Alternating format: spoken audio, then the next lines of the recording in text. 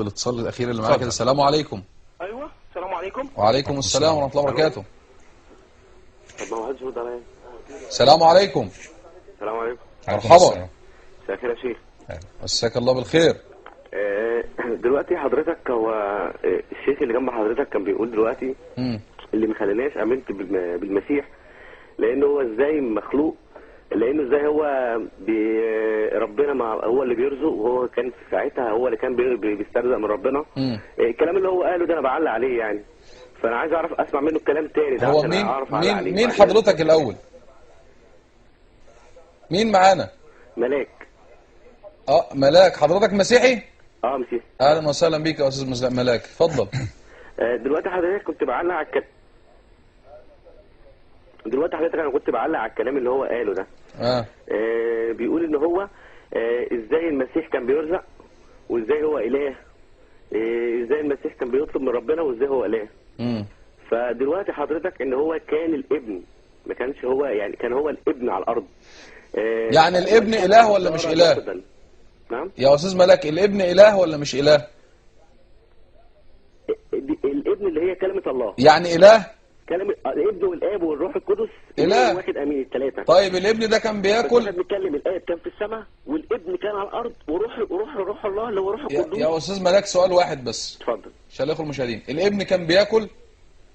الجسد مش الله، الجسد. الجسد ده انت ارثوذكس مش كده؟ ارثوذكس. بتؤمن بانه طبيعه واحده مش كده؟ طبعا. جميل. الجسد ده باللاهوت بالناسوت كله طبيعه واحده صح؟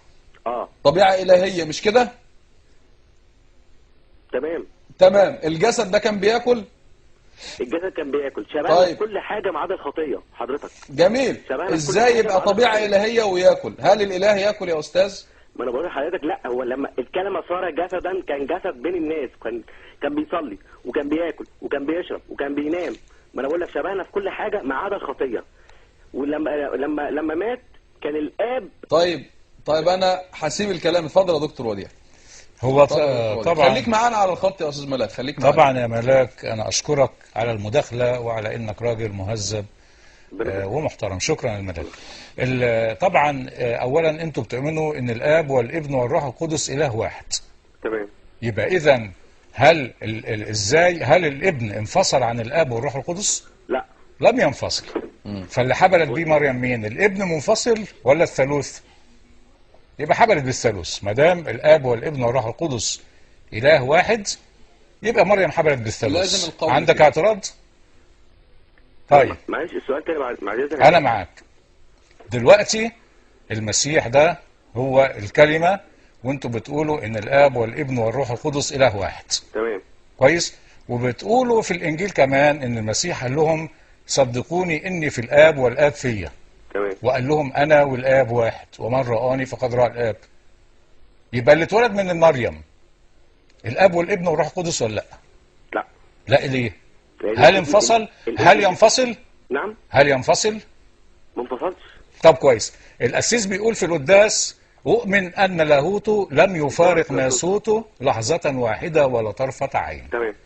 طيب يبقى إذا هذا الناسوت زي ما قال بولس حل فيه كل اللاهوت جسديا. كل اللاهوت يبقى إيه؟ الاب والابن والروح القدس. هل اللاهوت ينقسم يا ملاك؟ أضع لك نقطة على موضوع اللاهوت، إن هم ماذا يفعلون؟ إذا منفصلين؟ لا مش منفصلين. واحد؟ نعم. هما الاثنين واحد؟ هما الثلاثة واحد. هما الثلاثة واحد. طيب كويس. نقطة أكتر معلش. يبقى إذا اللي اتصلب الثلاثة. ممكن يا دكتور أقول له بس حاجة؟ يا ملاك. نعم. وهو على الصليب كان بيقول يا أبتاه اغفر لهم فإنهم لا يعلمون. ماذا يفعلون؟ طب ما غفر لهمش هو ليه؟ لأن الآب متحد بالابن، متحد بالروح القدس. مش هو ليه سلطات إله ولا ملهوش؟ لا، ما هو في صورة إنسان. وهو في صورة إنسان مش قال للولية قومي مغفورة خطاياك، وأنت بتقول إن ده دليل ألوهية؟ ما ينفعش إن هو يغفر لهم، لأن هو يعني هو بيقول لك حتى الشيطان نفسه زي ما غفر للمرأة يا ملاك وقال لها قومي. وغفر لكذا مريض مش كده؟ مغفورة لك خطاياك. تمام. ليه ما غفر لهمش يا ملاك؟ ما حضرتك لأن التنبؤات في العهد القديم. طب أسألك سؤال كمان يا ملاك عشان وقت الحلقة بس. سؤال كمان. اتفضل. هل الناس اللي هو طلب لهم المغفرة اتغفر لهم؟ بالعكس. طبعا. يعني اللي صلبوه وقتلوه وهنوه وضربوه اتغفر لهم؟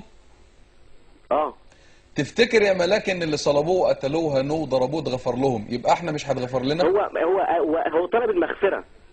ما هو كان مستجاب الدعوة. مش بيقول في انجيل يوحنا لما قال انا اشكرك ايها الاب لانك سمعت لي وانا اعلم انك في كل حين ايه تسمع لي ولكن لاجل هذا الجمع الواقف قلت ليؤمنوا انك ايه ارسلتني. الان هو مستجاب الدعوة. عايز اقول لك نقطة وهقفل عشان الوقت البرنامج. اتفضل. دلوقتي هو السيد المسيح كل المادة كان بيعلمنا حاجة اسمها ايه؟ المحبة والتسامح. فكل كان بيعمله ده كان عشان خاطر يعلمنا احنا. طيب. حتى لما كان بيصلي الابن كان بيصلي للاب كان بيعلمنا الصلاة. طب انا هقول لك كلمة جميل. بص يا ملاك، كل دي رموز شخصية على الارض. طيب. كان بيعلمها. اسمع يا ملاك من الدكتور وديع. طب يا ملاك. طب انا كده هقفل ماشي يا ملاك، اسمع معانا وشكرا. انا شاكر لك اتصالك، ويعني بتمنى كل مسيحي محترم يتصل بينا، وكلكم محترمين بفضل الله عز وجل. ربنا يهدينا واياكم الى الحق والهدى. اللهم اتفضل يا دكتور وديع. طبعا مكتوب في انجيل لوقا في الاصحاح 6 العدد 12 ان المسيح كان يقضي الليل كله في الصلاة منفردا على الجبل وحده في الصلاة. ما تقوليش بيعلمنا بقى.